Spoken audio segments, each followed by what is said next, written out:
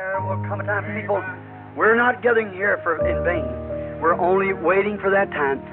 It is very, very late, but Jesus is still very, very near. And His glory is wonderful. His name shall be called Counselor. That city, can you see it?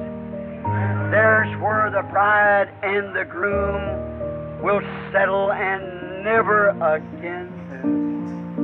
Now, if you think it's wonderful when we drive hundreds of miles to sit here and feed on His Word, which this is only a shadow, what will it be when we live in the city with Him? When I live next door neighbor to you, and when we eat of those trees, and we will walk in those streets, when we walk up those streets of gold to the fountain, drink from the fountain, walk into the paradises of God with angels hovering the earth singing the anthem. Oh, what a day that will be. It's worth all. The road seems rugged sometimes, it gets hard. But oh, it'll be so little when I see Him. So little. What were the bad names and things that they said? What will that be when I see Him in that beautiful, beautiful city of God? On fait vite, on fait vite, on fait vite, on fait vite. Jean 14, 12, on fait vite, on fait vite. Jean 14, 12, Jean 14, 12. On fait vite.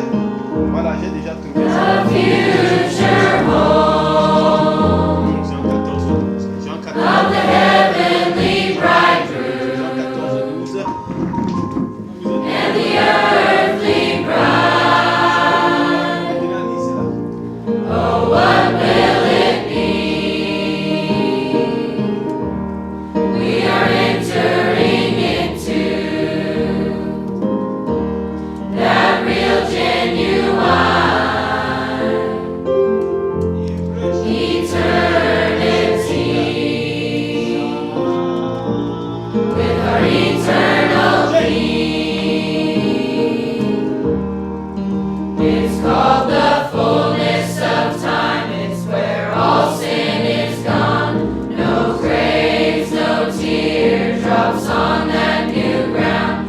Jesus Christ, our Redeemer, is preparing a place on that holy mountain where the city will be raised.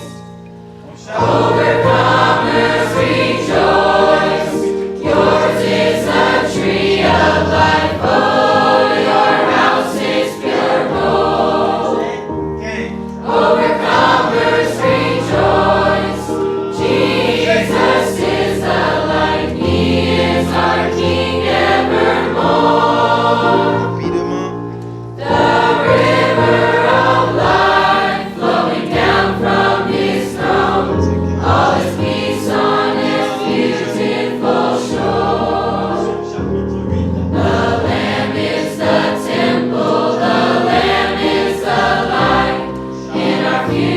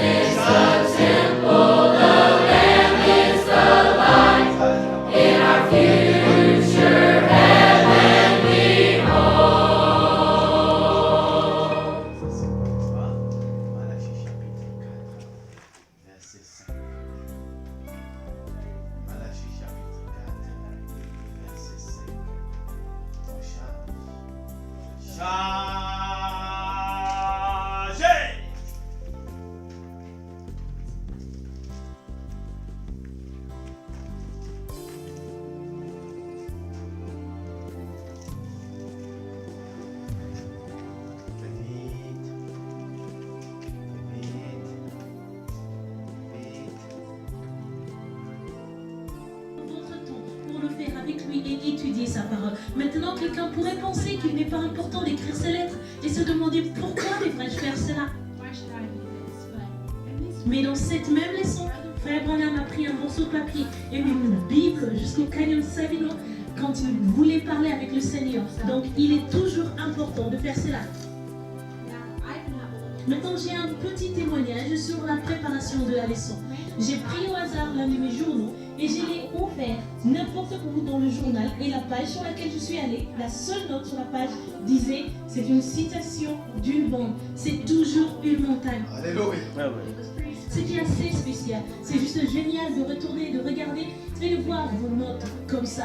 Avez-vous suivi votre lecture quotidienne de la Bible? En êtes-vous sûr? Et vous, à la maison, lisez-vous votre Bible tous les jours? Frère Branham a dit que lire votre Bible vous rapproche de la communion avec le Seigneur. Et je sais que nous voulons tous être plus près de lui. Et je sais que vous appuyez sur Play parce que vous avez tous vos t-shirts de trophée. C'est très beau. C'est génial que vous ayez continué à écouter vos bandes avec Quiz. C'est tellement important dans votre marche quotidienne avec le Seigneur. Eh bien, je voudrais dire que c'est un honneur et un privilège pour nous de pouvoir vous parler à tous et de partager ces citations de Frère Branham et de vous enseigner ces petites leçons à tous. Parce que nous avons l'opportunité d'apprendre sur le plus grand prophète qui ait jamais marché sur la terre.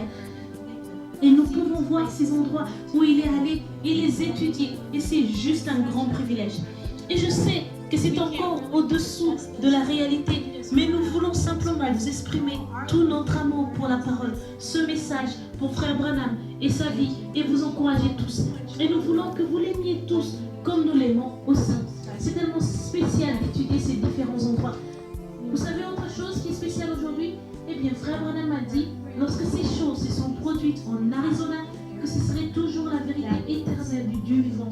Si le Seigneur tardait et que ses arrière-petits-enfants naîtraient, et je veux que vous entendiez ce qu'il a dit à ce sujet. Cela a vraiment secoué les rochers de la montagne. Et maintenant, nous découvrons que pendant ce temps, j'ai vu cette anges dans Que tu nous aides à passer une bonne journée, Seigneur, au nom de Jésus. Amen. Amen. Asseyez-vous. Très bien. Vous savez ce qui va suivre? C'est l'exercice de l'été. Bon travail. Quand vous le trouvez, levez-vous. Excellent, excellent. Vous, à la maison, n'oubliez pas, vous pouvez aider les plus jeunes qui ne savent peut-être pas encore où est-ce qu'ils trouvent. C'est pas de problème. De la part du 7e ange. Continue. Surveille très bien la suite. C'est aussi spécial. Bien, répétez après moi. Hébreux 4:12. Hébreux 4:12.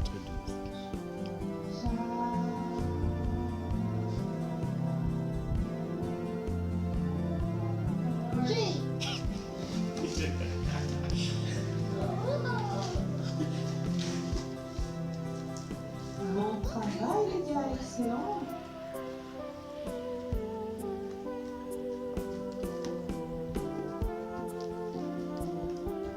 On l'aurait trouvé, les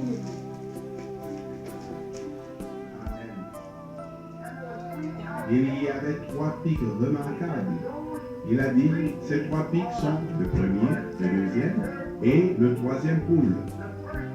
Le premier était la première partie de ton ministère, une petite colline, puis ton premier poule assez élevé. Vous savez, le signe dans la main, puis il y a eu un petit intervalle de temps où j'ai été retiré parce que j'étais trop fatigué, beaucoup d'entre vous s'en souviennent.